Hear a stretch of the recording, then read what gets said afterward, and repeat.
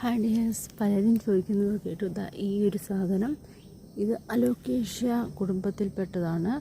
ആനച്ചെവി എന്നൊക്കെ പറയും, ഞങ്ങളുടെ നാട്ടിൽ ഇതിന് മാടാമെന്ന് പറയും. ഇവിടെ ഒരു കളയായിട്ടാണ് കാണുന്നത്.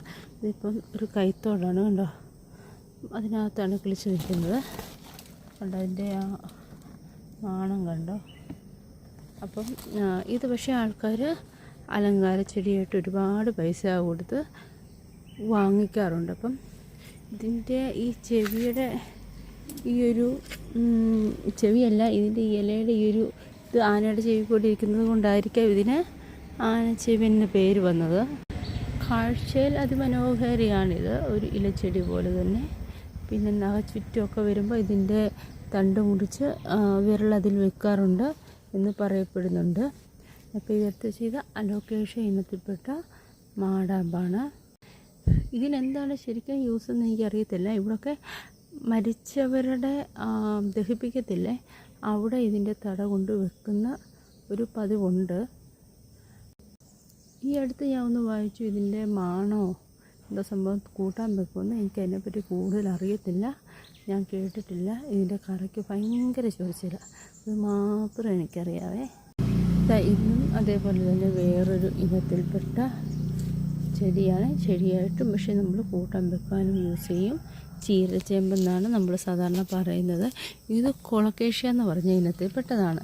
ഇനി അലോക്കേഷ്യയും കൊളക്കേഷ്യയും തമ്മിലുള്ള വ്യത്യാസം പറഞ്ഞാൽ ഇതിൻ്റെ ഇല കണ്ടോ, ഈ ഇലയുടെ പ്രത്യേകത കണ്ടോ, ഇതിൻ്റെ ആ സെൻറ്റർ ഭാഗത്തല്ല ഇതിൻ്റെ ഈ തണ്ട് വരുന്നത് കണ്ടോ.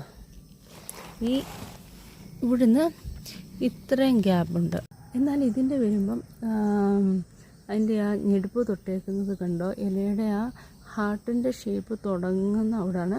ഒരു പ്യുവർ ഹാർട്ടിൻ്റെ ഷേപ്പാണ് ഇതിന് വരുന്നത്. ഇതിനും ആനച്ചെവിയൻ എന്നൊക്കെ പേര് പറയാറുണ്ട്.